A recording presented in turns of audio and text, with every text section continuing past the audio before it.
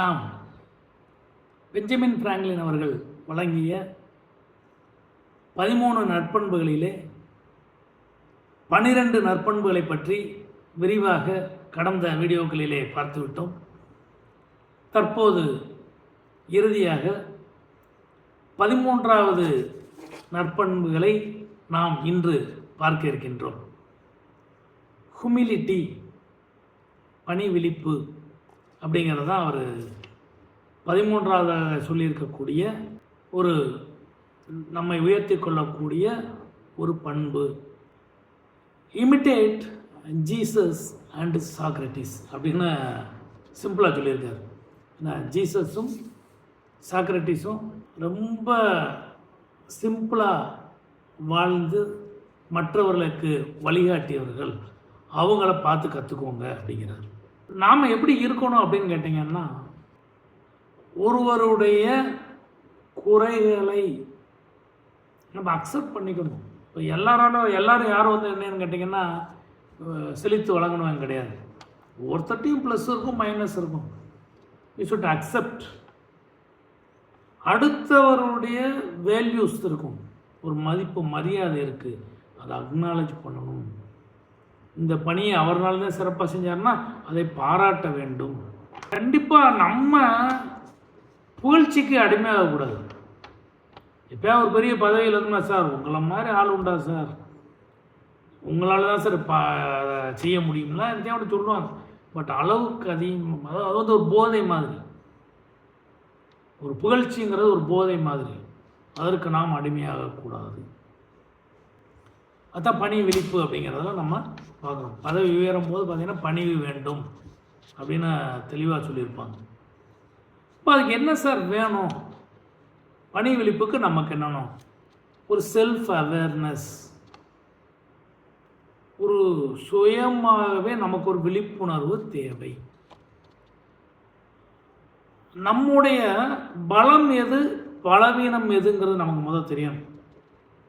இது என்னுடைய பலம், ஐ ஹார்ட் ஒர்க்கர், நான் ரொம்ப கடுமையான உழைப்பாளி, இல்லை நான் ஒரு சோம்பேறி, இல்லை எனக்கு வந்து குறிப்பிட்ட விஷயத்தில் அறிவு கொஞ்சம் கம்மி. ஸோ இது மாதிரி நான் கோவக்காரன், எனக்கு கோவமே வராது சார். ஸோ ப்ளஸ்ஸாக மைனஸ் எல்லாருமே நமக்கு தெரிந்திருக்கணும், அது அவசியம். அதே நேரத்தில் ஓவர் எஸ்டிமேட் பண்ணிக்கூடாது நம்மளை பற்றி. என்னை மாதிரி உலகத்தில் ஒரு ஆள் உண்டா அப்படின்னு ஓவர் எஸ்டிமேட் பண்ணுறதும் ஒரு தவறு தான். ஸோ செல்ஃப் அவேர்னஸ் ரொம்ப முக்கியம். Then acknowledging the worth of others, அடுத்தவருடைய திறமையை மதிக்க வேண்டும். அவங்களுடைய வேல்யூ இருந்தால் அதற்குரிய அங்கீகாரத்தை கொடுக்கணும். அதே acknowledging the worth of others. Absence of arrogance. சிலர்லாம் பார்த்தீங்கன்னா நான் ரொம்ப ஸ்ட்ரிக்ட்டு அப்படின்ட்டு ரொம்ப அரகண்ட்டாக இருப்பாங்க. அவங்க பிஹேவியரே கட்டுங்க, மூஞ்சியை பார்த்தோம்னா கடுகை போட்டோம்னா வெடிச்சிருங்கிற அளவுக்கு இருப்பாங்க. எதுவுமே செய், சொல்கிற கேளு, நீ ஒன்றும் சொல்ல வேணாம், எனக்கு எல்லாம் தெரியும். So that is the arrogance behaviour. அது இருக்கக்கூடாது. வில்லிங்னஸ் டு லேர்ன், அது ரொம்ப முக்கியம். படிச்சுக்கிட்டே இருக்கணும். நான் கல்லூரி முதல்வர் ஆனதுக்கப்புறம் ஆக்சுவலாக 2 டிகிரி முடித்தேன், ஒரு எம்ஏ ஒரு எம்எஸ்சி. பெருமைக்கு சொல்லலாம், படிப்பதற்கு வயது இல்லை. ஏன்னா நீங்கள் கல்லூரி பிரின்சிபலாக இருக்கீங்க, வந்தீங்கன்னா சார் படிக்க, அப்படி கிடையாது. வாழ்க்கை ஒரு புஸ்தகம், படிச்சுக்கிட்டே தான் இருக்கணும். படிக்கலைன்னா கண்டிப்பாக நமக்கு ஒரு தோல்வியில் போய் முடியும். Gratitude and service. கிராட்டிடியூட்டுங்கிறது, இப்போ உதாரணத்துக்கு நான் பிரின்சிபலாக இருந்தேன், நிறைய நம்ம ஸ்டாஃப் வந்து நிறையா கல்லூரிக்கு பெருமை தேடி கொண்டு வருவாங்க. அந்த பெருமையை சார் தான் நல்லா பண்ணாருங்கிற ஒரு அங்கீகாரம் பண்ணணும். அதை விட்டு கல்லூரி முதல்வர் நான் தான் அதனால தான் அப்படி நடந்துச்சுங்கிற இது இருக்கக்கூடாது. பர்சனல் கெயினை காட்டிலும் அடுத்தவர்கள் செய்த நற்காரியங்களுக்கு அவரைக்குரிய கௌரவத்தை வழங்க வேண்டும் அப்படிங்கிறது ரொம்ப முக்கியம். ஸோ இதனால் என்ன சார் பெனிஃபிட்டு பார்த்தீங்கன்னா, ஒரு நல்ல ரிலேஷன்ஷிப், ஸ்ட்ராங் ரிலேஷன்ஷிப் உறவுமுறை மேம்படும், பர்சனல் க்ரோத் இருக்கும். சாரா அவருக்காக எதுனாலும் பண்ணலாம்ப்பா. ஸோ பர்சனல் க்ரோத், நமக்கு பீஸ் ஆஃப் மைண்டு, மனதில் நிம்மதி இருக்கும். 2 வேலையை அவங்க இழுத்து பிடிச்சிவாங்க. ஏன்னா கண்டிப்பாக கிரெடிட்டாக நம்ம அவங்களுக்கு கொடுப்போம், அவங்களுக்கு தெரியும். ஸ்ட்ராங்கர் லீடர்ஷிப், தலைமை பண்பு கண்டிப்பாக நம்மகிட்ட வந்து நிற்கும். இப்படி நிறைய விஷயங்கள் நம்ம சொல்லிக்கிட்டே போகலாம். விசாந்த் அப்படின்னு சொல்லி ஒரு ஆடு மேய்க்கிறவர் ஒருத்தர் ஒரு ஊரில் இருந்தார். அந்த இடமே பார்த்திங்கன்னா ரம்மியமான ஒரு இடம், ஒரு வேலி வியூ, மலை சார்ந்த இடம்னு வச்சுக்கோங்களேன். அதில் ஒரு கிராமம் இருக்குது. அந்த கிராமத்தில் விசாந்தன் ஒரு ஆடு மேய்ப்பவர் வாழ்ந்துருக்கார். ரொம்ப ரொம்ப ஹம்பிளானவர், ஒழுக்கமானவர், தான் உண்டு தான் வேலை உண்டுமாறு நிறைய ஹெல்ப் பண்ணக்கூடிய டெண்டன்சி உள்ளவர். அந்த ஊரில் இவர் இத்தனைக்கும் வறுமை ரொம்ப கம்மியாக, அதாவது வசதி கம்மியாக இருந்தாலும் கூட விசாந்திருக்கு அந்த ஊரில் ஒரு நல்ல பேரும் பெருமையும் இருந்தது. இப்போ அந்த ஊருக்கு ஒரு வசதியான ஒரு வியாபாரி வர்றார். அந்த இடத்த ரம்மியமான சூழல் அவருக்கு ரொம்ப பிடிச்சி போச்சு. ஆஹா, அருமையாக இருக்குது, இந்த இடத்துல நான் ஒரு 4-5 நாள் தங்கணும். அவருக்கு இருக்க பிரச்சனை என்னென்னா, ஏகப்பட்ட வசதி, சொத்துக்கள், நிறைய வேலையாட்கள், பணம், எங்கே வேணாலும் எப்போ வேணாலும் பணம், புகழ், பெருமை எல்லாமே இருக்குது. ஒன்று மட்டும் இல்லை, மன நிம்மதி இல்லை. எல்லாம் இருந்து நிம்மதி இல்லை மனுஷனுக்கு. அதனால் அப்படி கிளம்பி அப்படியே வந்துட்டார். இந்த இடத்த பார்த்தோம்னா ரொம்ப சந்தோஷம். ஏன்னா இயற்கை கொஞ்சம் இடம், அது ஒரு அருமையாக ஒரு நீர்வீழ்ச்சி இருக்குது.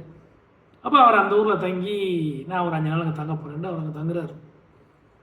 தங்கும்போது நிறைய பேர் பார்த்தீங்கன்னா எதுனாலும் அந்த விசாந்தை பற்றியே பேசுகிறாங்க.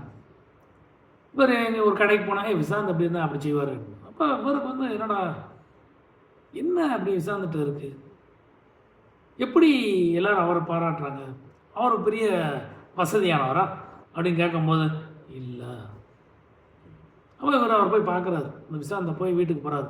வீட்டை போனால் ஒரு சின்ன வீடு தான், ஆனால் ஒழுங்குமுறையோடு இருக்குது. நல்ல ஆட்டுக்கூட்டாக இருந்தாலுமே ஒரு சுத்தமாக வச்சுருக்காரு. குடிக்கிறது கூழ்னாலும் சந்தோஷமாக குடிக்கிறாரு. முகத்தை பார்க்கும் போதே அவளே ஒரு மகிழ்ச்சியோடு இருக்கார். இவர் வந்தால் வாங்க சார் வணக்கம் சார், என்ன சொல்லுங்கள் முதலாளி அப்படிங்கிறார். அப்போ அவர், எனக்கு ஒரு டவுட்டு, நீ எப்படி சந்தோஷமாக இருக்க, எவ்வளோ ரூபா வச்சுருக்க போகிறேன், நாளைக்கு சோத்துக்கு எனக்கு ரூபா இருக்குது, என்ன இன்னைக்கு சாப்பாடு, இந்த கஞ்சி, சரி இந்த கஞ்சி எப்படி சந்தோஷமாக குடிக்கிறேன். அப்போ எல்லாமே எனக்கு சந்தோஷம்தான். ஆண்டவன் எனக்கு கொடுத்ததே எனக்கு பெரிய விஷயந்தான். கிடைத்தாலும் கிடைக்கலனாலும் நான் சந்தோஷமாக தான் இருப்பேன். நீங்கள் நல்லா என் ஆடுக்கெல்லாம் நல்லா இறை கிடச்சிச்சு, ரொம்ப சந்தோஷம். அது முகத்தை பாருங்கள், எல்லாம் சந்தோஷமாக இருக்குது. அடுத்தவர்கள் படக்கூடிய சந்தோஷத்தை பார்த்து இவர் சந்தோஷப்படுறாரு. அப்போ அவரை பார்த்தோன்னா அந்த வியாபாரிக்கு என்னையா அது இப்படி ஒரு மனிதரா, நாம ஏன் அப்படி இருக்கக்கூடாது.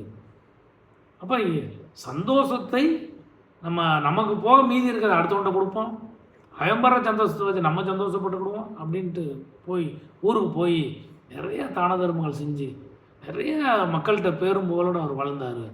அப்போ நம்மளும் ஏன் அது மாதிரி ஆகக்கூடாது அப்படிங்கிறதான் அந்த ஹியூமினிட்டி அப்படிங்கக்கூடிய இதில். இப்படி இருந்தோம்னா தலைமை பண்பு நமக்கு ஆட்டோமேட்டிக்காக வரும். சிறந்த தலைவர் அப்படின்னு சொல்லி நமக்கு பேர் கிடைக்கும். கடந்த 13 வீடியோக்களையும் நீங்கள் தயவு கூர்ந்து பாருங்கள். நம்மகிட்ட எது இல்லையோ அந்த பண்பை நம்மட ஏற்றிக்கொண்டு நாமும் ஒரு சரித்திர நாயகர்களாக திகழ்வோம் என்று வாழ்த்தி இந்த வீடியோக்களை பாருங்கள் என்று கூறிக்கொள்கிறேன். நன்றி.